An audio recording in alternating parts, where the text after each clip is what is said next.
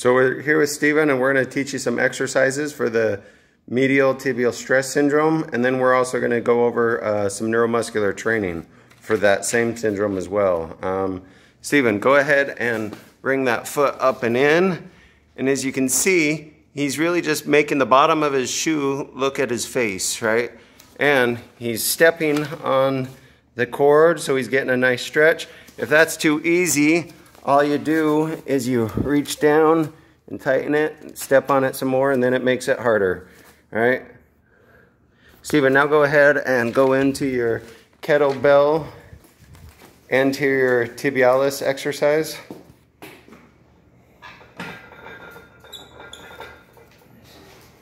And then you're going to just lift up, all right?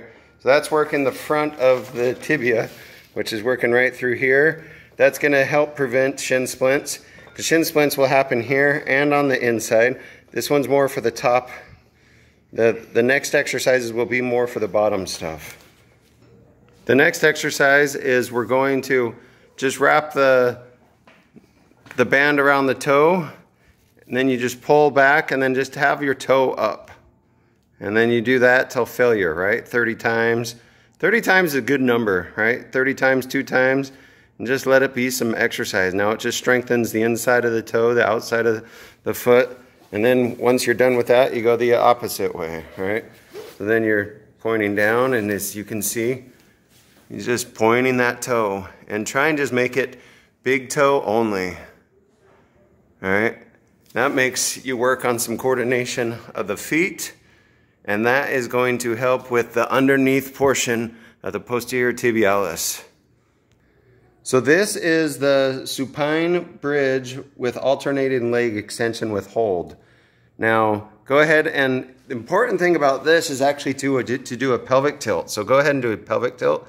And you're not lifting your butt up, you're just actually rotating your hips towards your stomach.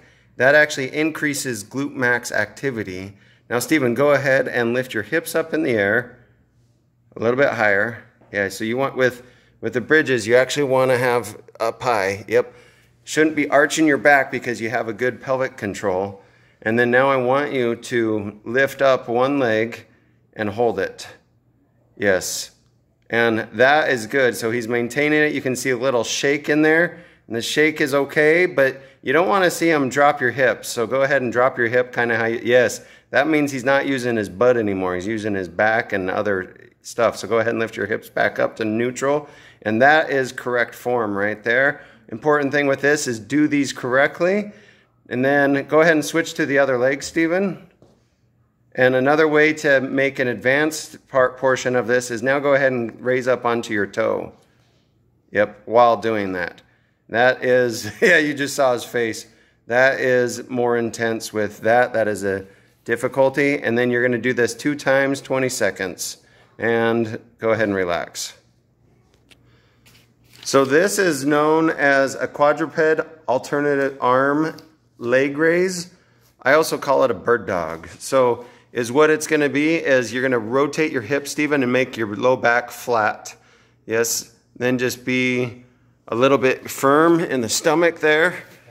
And then now I want you to straighten out your left leg and then lift your right leg, your right arm. Yes, and hold. Now you see how you arching your back? Don't try and lift, good. Don't try and lift your leg up high, just try and reach out. And then switch legs. Yeah, and keep the core straight in your leg. Yes, and that looks decent. 50-50 on that one, but pretty good. But you can see that he's losing his balance, and that just shows that you have, you can definitely work on your core strength. And go ahead and go back to neutral. So this is called a step hold, and is what you're going to do is you're going to just jump up on one foot and hold the position for 5 seconds. Jump. Hold your knee up. Higher. Good. 5, 4, 3, 2, 1. Next. And jump. Yeah, so see, he's got a lot of balance to work on. Now, you don't actually need to have the blocks in there when you first start doing it. but you want to be able to add some blocks or something to jump onto. Go ahead. Yep.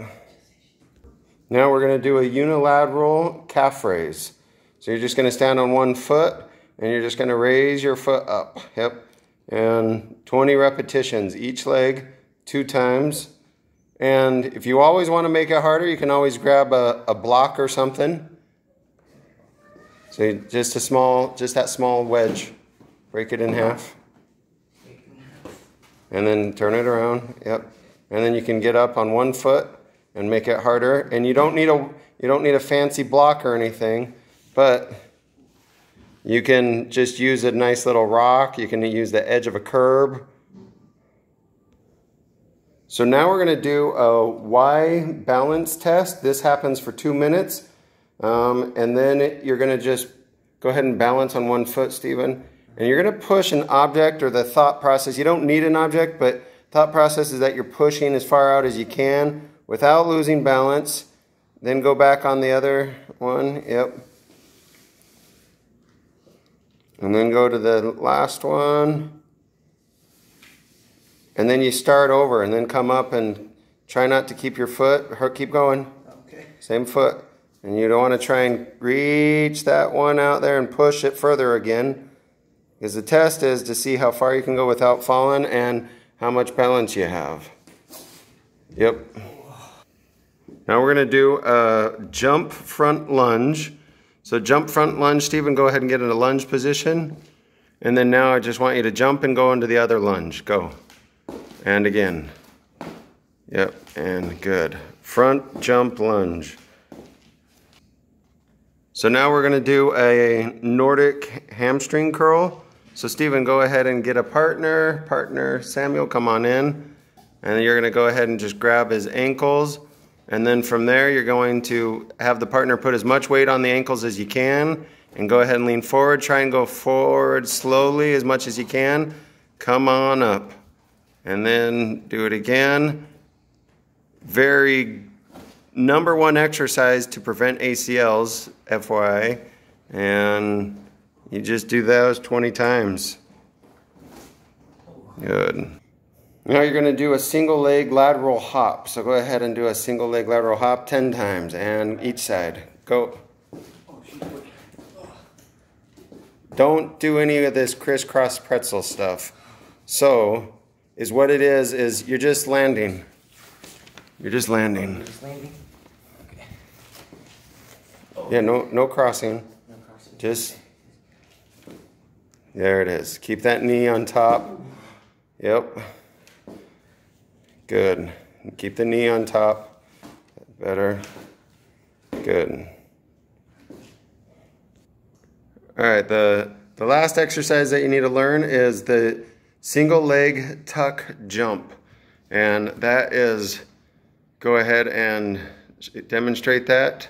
So you're just balance on one leg and you land and jump off at the same leg.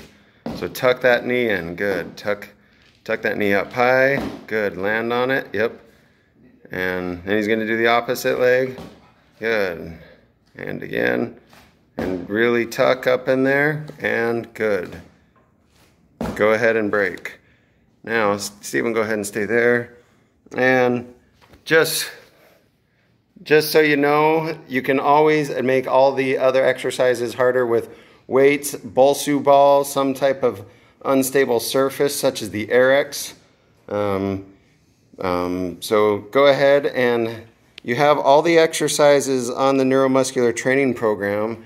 And from week 1 to week 6, they start off easy and they just become harder and harder. Stephen finished with the hardest one, we think it is so far.